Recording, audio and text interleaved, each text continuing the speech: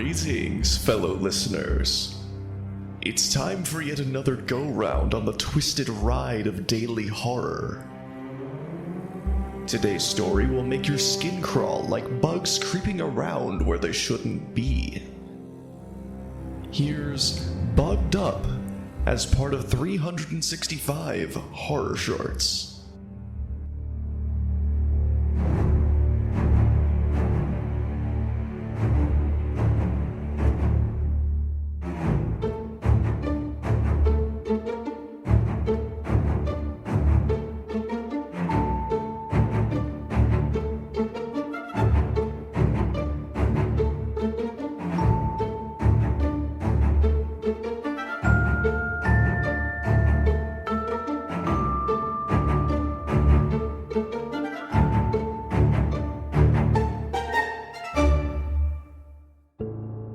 How do you feel about bugs?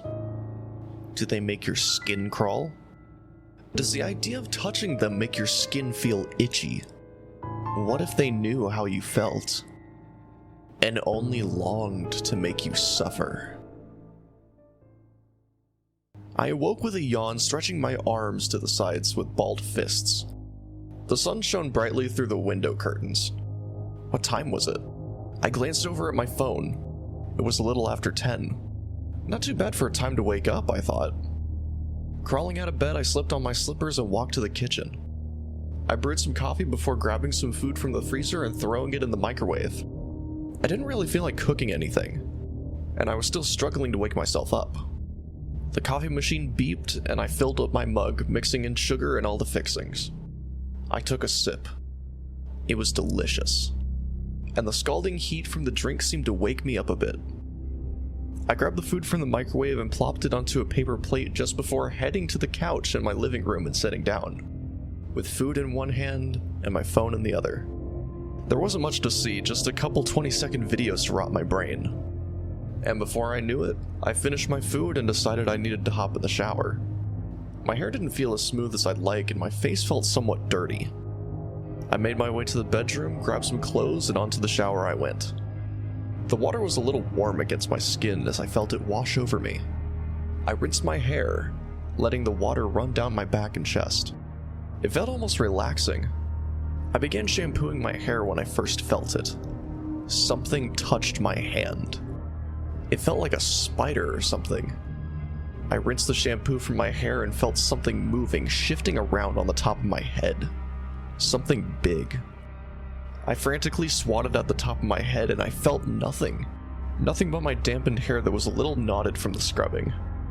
I still felt the crawling, so I ran my head under the water for longer. I wanted to drown out whatever was up there.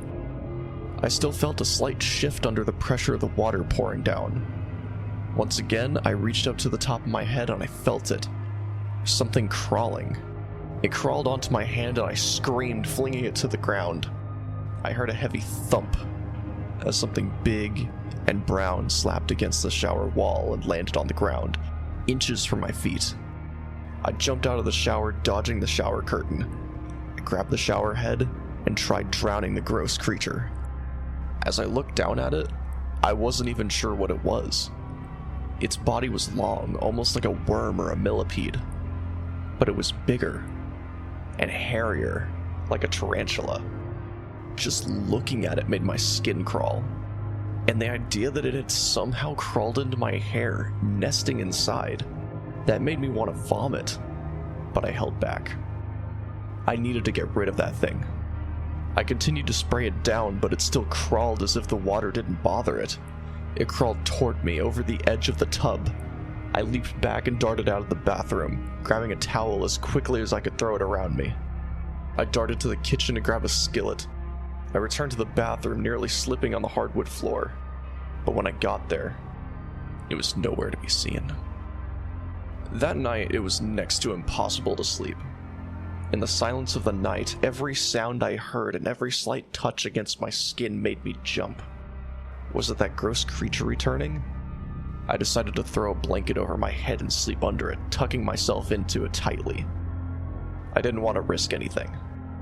As night turned to day and the rest in my eyes left me struggling to open them, I felt at peace, like yesterday was some kind of a twisted nightmare. I wiped the sleep from my eyes and walked into the bathroom to wipe my face. As I looked up at myself in the mirror, I stared in horror at the thing in my hair, tangled in it, and it looked like it wasn't alone. This episode was written and produced by DL Dare. All audio is from epidemicsounds.com. If you enjoyed this episode and want to read more 365 horror short stories, check out 365 Horror Shorts on Substack, or at 365horrorshorts.blogspot.com. This podcast is distributed by Acast, based on the daily horror short stories by DL Dare.